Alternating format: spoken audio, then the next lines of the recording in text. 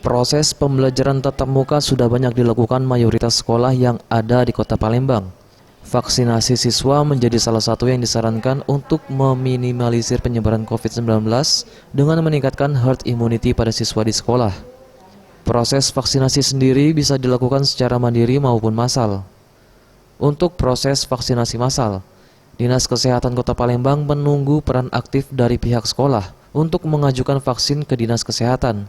Selain itu, kesiapan dari pihak sekolah juga harus dipersiapkan. Betul, jadi kita menunggu peran aktif dari pihak sekolah ya untuk mengajukan vaksin ke Dinas Kesehatan dan juga kesiapan dari pihak sekolah terkait pelaksanaan vaksinasi. Karena memang syarat pembelajaran tatap muka itu hanya guru dan tenaga kependidikan yang wajib divaksin. Kalau siswanya belum, jadi memang kita menunggu saja peran aktif dari sekolah. Dilanjutkan Dr. Mirza Susanti, sejauh ini sudah ada vaksinasi massal siswa sekolah yang dilakukan Dinas Kesehatan Kota Palembang bekerjasama dengan Badan Intelijen Negara. EZPM, Sriwijaya TV.